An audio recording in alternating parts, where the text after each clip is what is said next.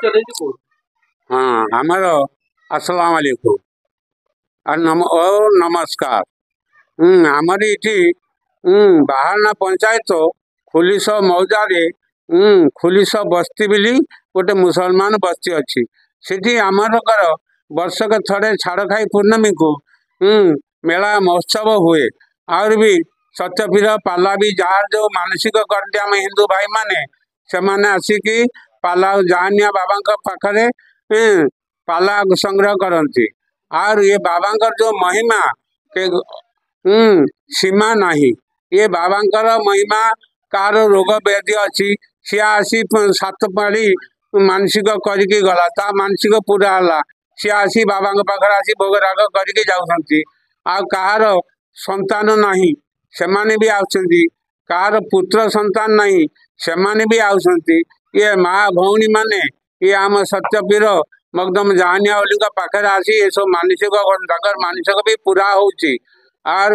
हिंदू मुसलमान आम मिली मोहब्बत करके ये उत्सवटा आरंभ करूँ। अस्सलाम वालेकुम। अस्सलाम वालेकुम रहमतुल्लाह बरकातु। नमस्कार। तेणुकरी आमर ये जहानिया बाबा खुलिस अटेगुड़ा होची बाहाना मौज पंचायत ये चांदपुर बस्ती।